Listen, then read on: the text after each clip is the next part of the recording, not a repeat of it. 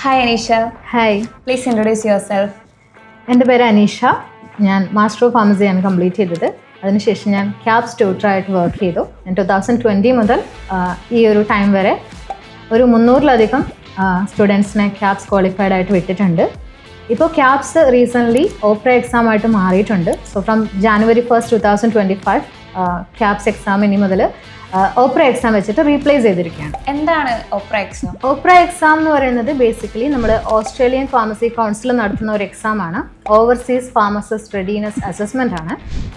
നമുക്ക് ഓസ്ട്രേലിയയിൽ പോയിട്ട് ഒരു ഫാർമസിസ്റ്റായിട്ട് രജിസ്റ്റേർഡ് ഫാർമസിസ്റ്റായിട്ട് വർക്ക് ചെയ്യണമെങ്കിൽ നമ്മൾ ഓപ്ര ക്വാളിഫൈഡ് ആയിരിക്കണം.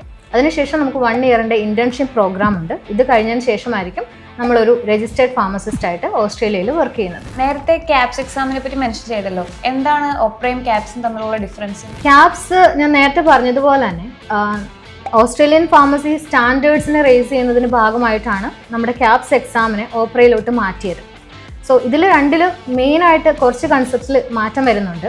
ഒന്നാമത്തെ കാര്യം എന്ന് പറയുന്നത് എക്സാമിൻ്റെ സിലബസ് ബേസിൽ കുറച്ചും കൂടി തെറപ്യൂട്ടിക്കൽ ആപ്ലിക്കേഷനിലാണ് ഓപ്ര എക്സാം നടത്തുന്നത്. ആൻഡ് ഒരു 45%ഓളം മാർക്ക് ഡിസ്ട്രിബ്യൂഷൻ വരുന്നതും തെറപ്യൂട്ടിക്സ് ആൻഡ് പേഷ്യൻ്റ് കെയർ എന്ന സബ്ജക്റ്റിലാണ് ഓപ്രയിലേക്ക്. പിന്നെ രണ്ടാമതൊരു ഡിഫറൻസ് വരുന്നത് ഓപ്രയുടെ ക്വസ്റ്റ്യൻ പേപ്പറിലാണ്. ഓപ്ര ക്വസ്റ്റ്യൻ പേപ്പറിൽ 120 ക്വസ്റ്റ്യൻസ് ഉള്ള ഒരു സിംഗിൾ സെറ്റ് ഓഫ് ക്വസ്റ്റ്യൻ പേപ്പറായിട്ടാണ് എക്സാം നടത്തുന്നത്. ക്യാബ്സിൻ്റെ കേസിലായിരുന്നെങ്കിൽ അതിൽ 2 എക്സാം പേപ്പേഴ്സ് ആയിട്ടാണ് നടത്തിക്കൊണ്ടിരുന്നത്. അതിൽ ഒരു പേപ്പറിൽ 2 സബ്ജക്ട്സ് എന്നുള്ള രീതിയിൽ മൊത്തം 4 സബ്ജക്ട്സ് ആയിരുന്നു. ഇനി നമുക്ക് ഒരു പേപ്പർ ക്വാളിഫൈ ചെയ്യണമെങ്കിൽ അതിലുള്ള 2 സബ്ജക്ട്സിലും 50% ക്വസ്റ്റ്യൻസ് വീതം നമ്മൾ ക്ലിയർ ചെയ്യണം. അങ്ങനെ ആയിരുന്നു അതിലുള്ള ചേഞ്ച് വന്നിരുന്നത്. അതുപോലെ തന്നെ എക്സാം സ്കോറിങ്ങിൻ്റെ കാര്യത്തിൽ ഓപ്രയിൽ ചേഞ്ച് വന്നത്, നമ്മൾ ഓപ്ര എക്സാമിൽ 90% സ്കോറിംഗ് ക്വസ്റ്റ്യൻസും 10% അൺസ്കോറിംഗ് ക്വസ്റ്റ്യൻസും ആയിട്ടായിരിക്കും.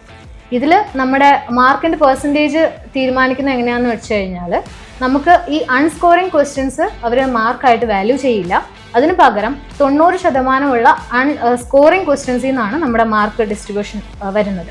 അത് മാത്രമല്ല, ഈ 10% അൺസ്കോറിംഗ് ക്വസ്റ്റ്യൻസ് സ്കോറിംഗ് ക്വസ്റ്റ്യൻസിൻ്റെ കൂടെ തന്നെയായിരിക്കും തരുന്നത്. ഇത് നമുക്കൊരു ചലഞ്ചാണ്. അൺസ്കോറിംഗ് ക്വസ്റ്റ്യൻസ് ഏതാണ്, സ്കോറിംഗ് ക്വസ്റ്റ്യൻസ് ഏതാണെന്ന് നമുക്ക് കണ്ടുപിടിക്കാൻ കുറച്ച് ബുദ്ധിമുട്ടായിരിക്കും. ഈ അൺസ്കോറിംഗ് ക്വസ്റ്റ്യൻസിൻ്റെ ഒരു പ്രാധാന്യം എന്താണെന്ന് വെച്ച് കഴിഞ്ഞാൽ, നമ്മുടെ കാൻഡിഡേറ്റ് എത്രത്തോളം ഒരു കാര്യം അസസ് ചെയ്യാനും കാലിബ്രേറ്റ് ചെയ്യാനും ക്യാപ്പബിൾ ആണ് എന്ന് നോക്കാൻ വേണ്ടിയിട്ടാണ് അൺസ്കോറിംഗ് ക്വസ്റ്റ്യൻസ് ഇൻക്ലൂഡ് ചെയ്തിരിക്കുന്നത്. അതാണ് മെയിനായിട്ടും മറ്റൊരു വ്യത്യാസം വരുന്നത്.